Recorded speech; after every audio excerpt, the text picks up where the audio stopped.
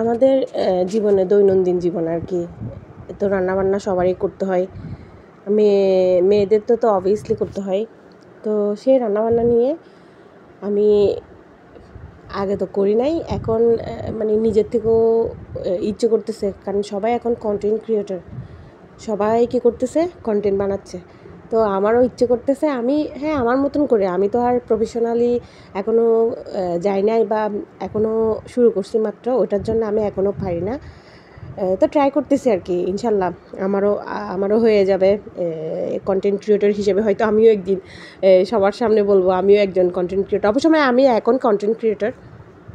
তো আমি রান্না করছিলাম মুরগির মাংস, এভাবেই রান্না করি। আর এগুলো দেখানোর হচ্ছে হলুদ আর মরিচটা এত ভালো, মরিচটা অনেকেই মনে করবে কালার মিক্স করা, কিন্তু কালার না, মিষ্টি মরিচ কিন্তু লাল, অনেক ভালো। তো আমি এগুলা দিয়ে মুরগির মাংস রান্না করছিলাম।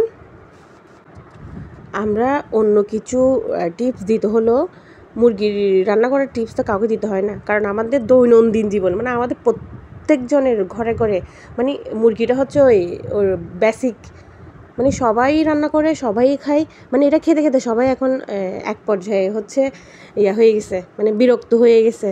সো এটা সেটার জন্য কি দিলাম না দিলাম বলতেছি না, আমারও লাগতেছিল একটা ছোটোখাটো ভিডিও, তাই শেয়ার করলাম। চিন্তা করতেছি আমাদের যারা বড় বড় কন্টেন্ট ক্রিয়েটর আছে, যারা বানায়, ভিডিও বানায়, ওরা এত এত কথা কোত্থেকে পায়, এত সুন্দর করে করে কেমনে বানায়।